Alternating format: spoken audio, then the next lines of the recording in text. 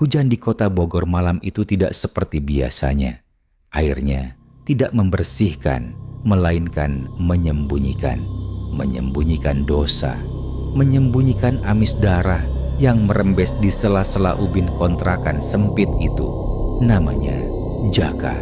Lelaki itu duduk bersandar di pintu belakang. Tubuhnya gemetar hebat. Di hadapannya tergeletak sebuah bungkusan besar. Terbungkus karung goni bekas beras, dililit tali rafia merah yang kencang. Itu bukan sampah, itu adalah Bu Nur, tetangga sebelah pintu. Penjaga kantin sekolah yang setiap pagi menyapa Jaka dengan senyum ramah dan sepiring gorengan hangat. Tapi malam ini, Bu Nur tidak lagi tersenyum. Wajah itu hancur dan Jakalah penyebabnya. Di atas meja kayu reot di samping Jaka tergeletak gepokan uang tunai, pecahan 50.000 dan 100.000. Itu bukan uang biasa, itu adalah keringat Bu Nur selama 2 tahun.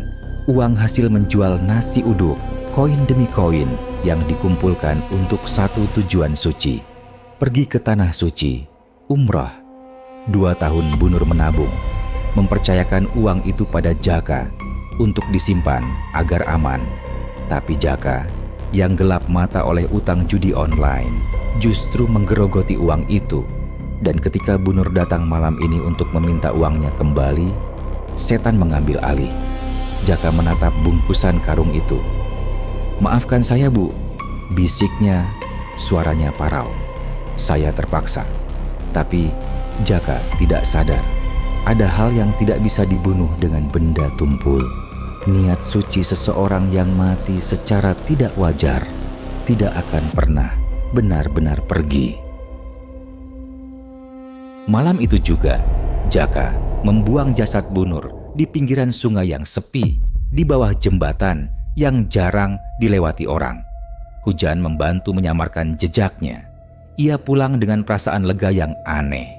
Masalah selesai, uang ada di tangan. Besok ia akan kabur. Jaka merebahkan tubuhnya di kasur tipis. Jam menunjukkan pukul 2 pagi. Kelelahan fisik membuatnya cepat terlelap. Tapi tidur Jaka tidak nyenyak. Dalam mimpinya, ia berada di kantin sekolah tempat Bu Nur bekerja. Suasananya ramai, tapi semua siswanya tidak memiliki wajah. Di pojok kantin, Bu Nur sedang menggoreng bakwan. Punggungnya menghadap Jaka. "Bu," panggil Jaka dalam mimpi itu. Sosok itu tidak berbalik, tapi suara desis minyak panas terdengar makin keras. Sereng, sereng. Tiba-tiba, minyak di wajan itu meluap, tumpah ke lantai. Tapi itu bukan minyak goreng. Itu darah segar yang mendidih. Jaka tersentak bangun, napasnya memburu. Keringat dingin membasahi kaosnya. Ia duduk di tepi ranjang, mencoba menenangkan diri. Cuman mimpi, gumamnya. Namun, saat ia menarik napas, hidungnya menangkap sesuatu. Bau itu, bau khas dapur Bu Nur. Campuran aroma bawang putih, adonan tepung, dan minyak goreng panas. Sangat kuat, seolah-olah ada seseorang yang sedang memasak di dalam kamar kontrakan Jaka yang sempit itu. Jaka menoleh ke arah dapur kecilnya. Gelap, tidak ada siapa-siapa.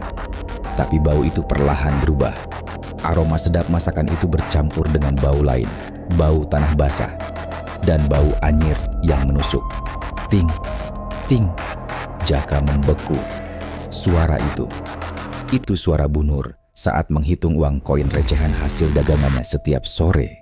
Suaranya berasal dari pojok kamar, tepat di mana Jaka menyembunyikan tas berisi uang curian itu.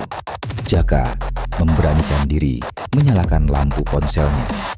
Ia menyorot ke sudut ruangan. Kosong, hanya tas hitam miliknya.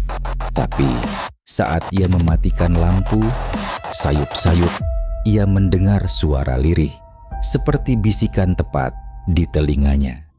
"Jaka, mana tiket saya? Saya mau berangkat." Pagi harinya, kepanikan mulai terjadi. Warga geger karena Bu Nur tidak membuka kantin. Jaka berusaha bersikap normal, berpura-pura kaget padahal tangannya gemetar hebat di dalam saku. Ia kembali masuk ke kamarnya untuk berkemas. Ia harus kabur sore ini juga. Saat ia memasukkan baju ke dalam tas, matanya tertuju pada uang gepokan di atas meja. Aneh, tadi malam ia yakin mengikat uang itu dengan karet gelang merah. Tapi sekarang, karetnya putus dan uang-uang itu basah. Jaka menyentuhnya. Lendir. Cairan bening berlendir membasahi uang-uang itu.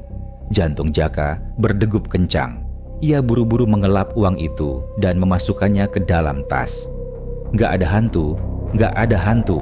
Rapalan itu terus ia ucapkan. Malam kedua, hujan kembali turun membasahi Bogor. Jaka gagal kabur karena motornya mogok.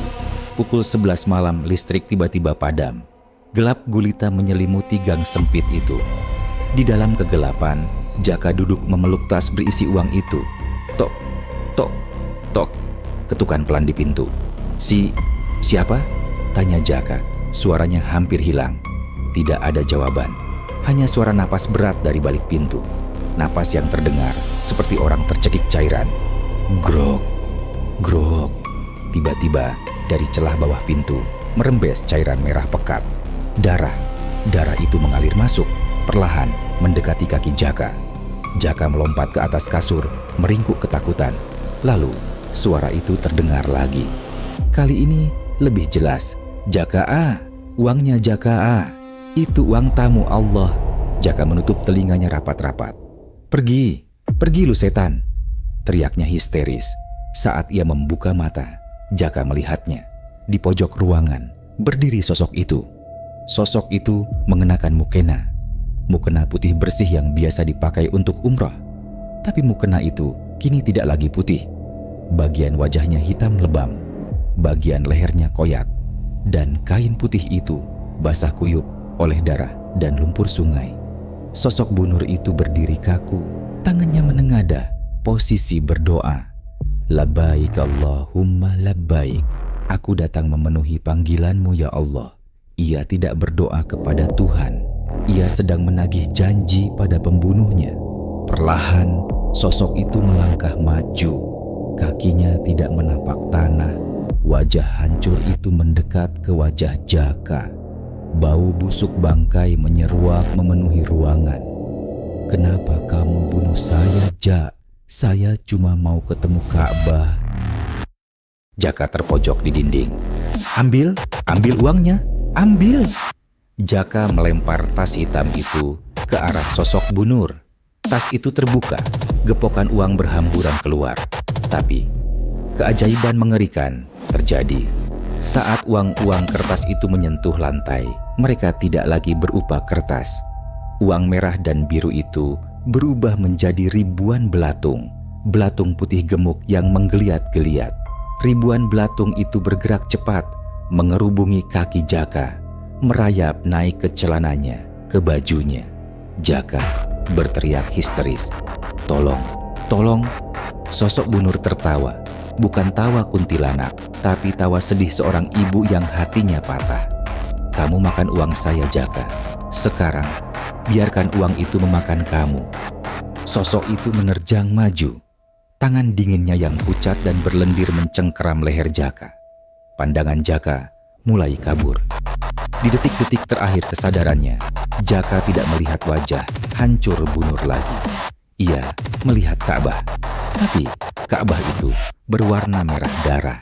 Dan di sekelilingnya bukan jemaah haji yang tawaf, melainkan sosok-sosok hitam yang siap menyeretnya. Ampun, bisik Jaka. Pagi harinya, warga mendobrak pintu kontrakan Jaka. Mereka menemukan Jaka meringkuk di sudut kamar. Matanya melotot kosong, mulutnya berbusa. Ia masih hidup, tapi jiwanya sudah hancur. Ia terus-menerus menggumamkan kata-kata yang sama, sambil menggaruk-garuk kulitnya hingga berdarah. Panas, gatal, uangnya panas, tiketnya mana? Di sekeliling Jaka, polisi menemukan uang tunai puluhan juta rupiah berserakan. Anehnya, uang-uang itu berbau sangat busuk, seperti sudah dikubur bersama mayat berhari-hari. Jasad Bu Nur ditemukan sore harinya di pinggir sungai. Wajahnya memang rusak, tapi anehnya, tangan mayat itu menggenggam erat sebuah brosur. Brosur perjalanan umrah yang sudah luntur terkena air. Jaka kini mendekam di sel tahanan dan kemudian dipindahkan ke rumah sakit jiwa. Tapi para sipir penjara sering bercerita, setiap malam Jumat dari sel isolasi Jaka sering terdengar suara wanita melantunkan talbiyah, labbaik Allahumma labbaik. Dan setiap kali suara itu terdengar, Jaka akan berteriak histeris, memohon ampun sampai suaranya habis tak tersisa. Karena bagi Jaka, panggilan itu bukan panggilan ke tanah suci, tapi panggilan menuju azab yang kekal.